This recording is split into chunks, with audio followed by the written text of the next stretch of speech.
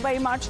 Well, what's been happening in China there? Because there has been a lot of face-to-face talks, bilaterals, high-tea state banquet that has now happened for President Trump. And now we are looking at the pictures that are now coming in once again of President Trump and President Xi. That is now coming across at the timeline in the special coverage when we talk about certain takeaways that may have come across from both sides that have been talking mainly about what to do with Iran, what to do with the crisis. And of course, there seems to be a lot of sightseeing as well that has been taking place, because the stage which was already set for President Trump's visit to China, of course, this is a postponed visit, but this is the first official visit to China since 2017 and the first trip to the country since returning to the White House for the second term. And this visit is particularly sensitive moment for global diplomacy and also for economic stability. So as far as multiple leaders who are accompanying President Trump seems to be in awe of how beautiful that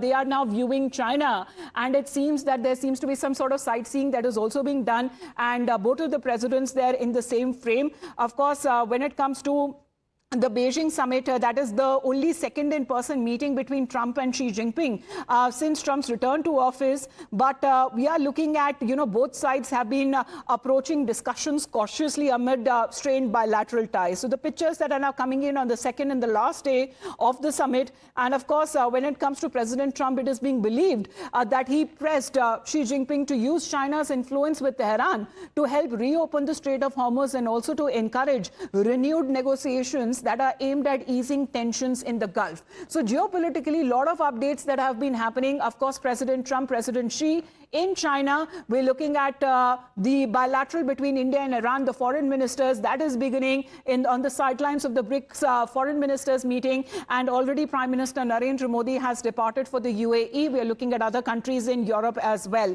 Let's, in the meantime, introduce Sierra Claire, who's joining us as a foreign policy expert. And we also have Lieutenant General S.L. Narasimha, who is also joining us here on the broadcast as a National Security Advisory Board and Director General, Center for Contemporary China Studies.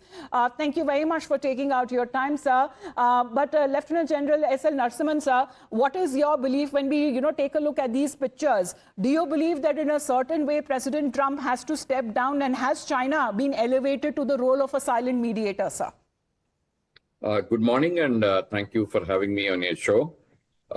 Two things. One is, of course, in the initial remarks which both the presidents made, the approach was very, very visible.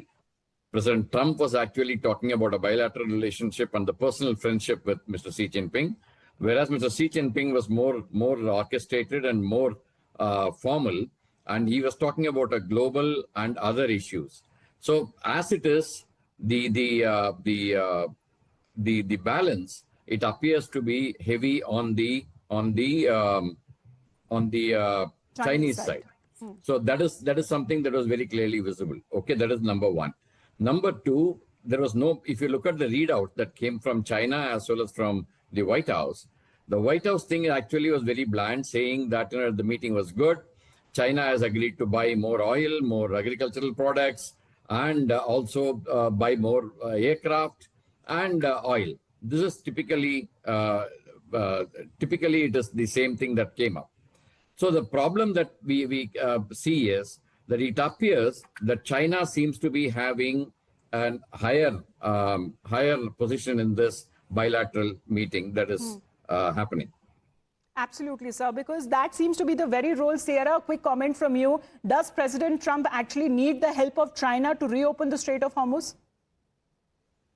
No, he doesn't, but I think the Chinese are willing to do it. I think they're willing to pressure the Iranians, and you heard Marco Rubio saying that President Trump did raise that with them and they were in alignment.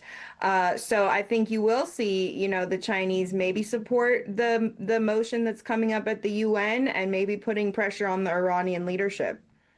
All right. Well, let's see what happens, because as far as the Iranian leadership is concerned, the foreign minister here is in India. Of course, a lot of updates that are also coming in. Prime Minister Narendra Modi has also departed.